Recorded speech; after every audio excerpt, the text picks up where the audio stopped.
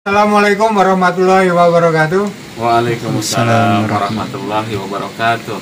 Alhamdulillah, Tat, kita ketemu lagi di pesantren ya.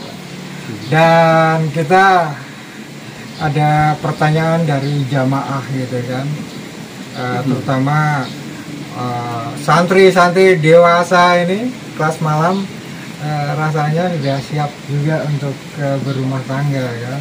Siap. Dan begini, istilahnya kalau dalam rumah tangga itu ada perbedaan ya, kan Ya. Istilahnya kan nggak ada suami istri cocok 100% ya. klop. Masalahnya ketika pacaran aja udah nanya, bintangmu apa, gitu kan, wetonmu apa, kan gitu kan. Iya, Sudah ada perbedaan-perbedaan kan gitu.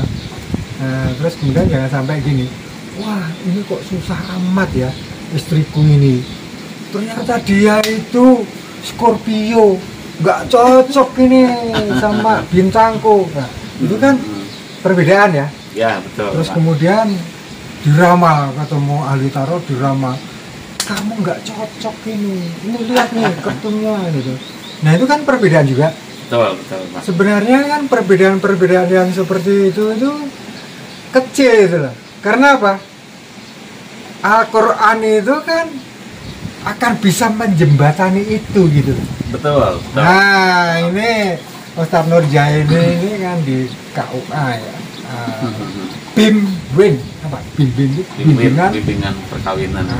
Perkawinan. Yang sudah kawin dibimbing, Ya. yang belum pranikah kan gitu ya. Pranikah. Gimana Tat? Ini permasalahan kalau ada perbedaan di rumah tangga itu kecil. Ya. Karena apa? Karena ada Al-Quran yang selalu bisa menjembatani. Enggak, Tat? Sebelum dilanjut, ini memang tugas saya Pak ya di KUA tuh bagian bimbingan perkawinan KUA Pasir Jambu, Kabupaten Bandung. Berkaitan dengan keluarga sakinah. Jadi yang namanya keluarga sakinah atau keluarga yang tentram, yang tenang, yang adem, damai, bukan berarti tanpa perbedaan, Pak. Ya. Pasti ada yang namanya manusia itu berbeda, Pak ya.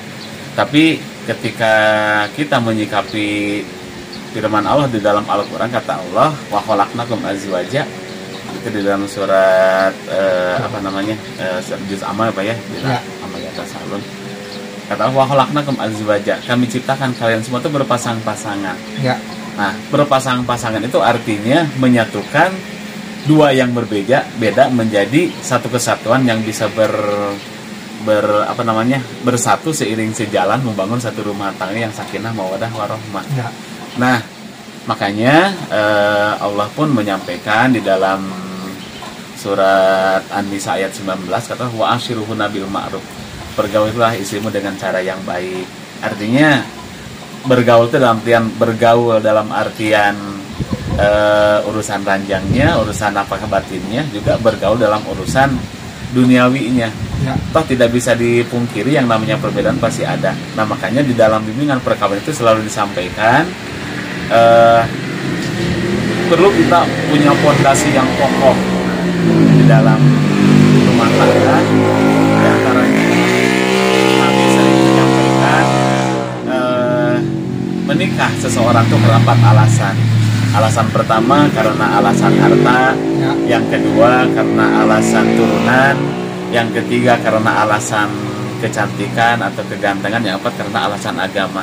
Ya. Nabi menyampaikan, kata Nabi, fadfar bidati taribat yadaka, jadikanlah alasan agama bagimu untuk menikah, pasti kamu akan beruntung. Jadi seberbeda apapun, kalau memang tujuannya agama, itu pasti akan ibadah. Dan itu memang selalu saya tanamkan, Pak. Nikah itu ibadah, nikah itu ibadah, nikah itu ibadah. Kalau diniatkan dengan ibadah, semuanya akan berjalan lancar, Pak. Ya.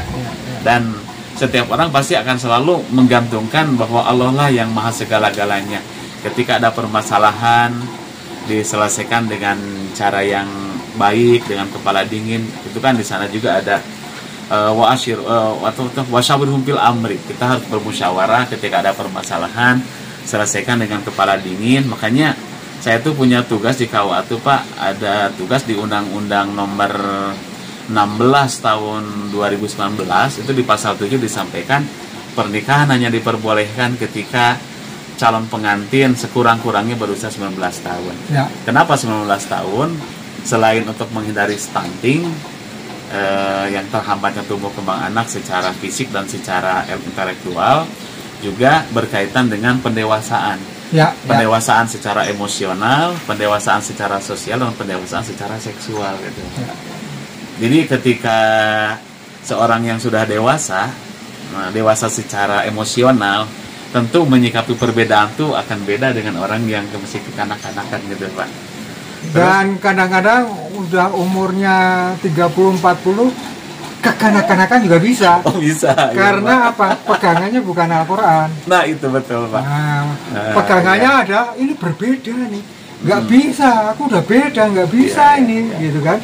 Padahal kalau diakurkan, Al-Quran dipegang, bisa menjembatani. Nah gitu betul Pak. Jadi ketika kita menyerahkan semua urusan hanya kepada Allah, Allah tuh akan kasih solusi Pak. Jadi perbedaan tuh bukan sesuatu yang menjadi penghalang untuk menjadikan keluarga jadi sakinah. Justru dengan perbedaan itulah akan menjadi indah Pak. Toh yang namanya laki-laki perempuan juga beda Pak.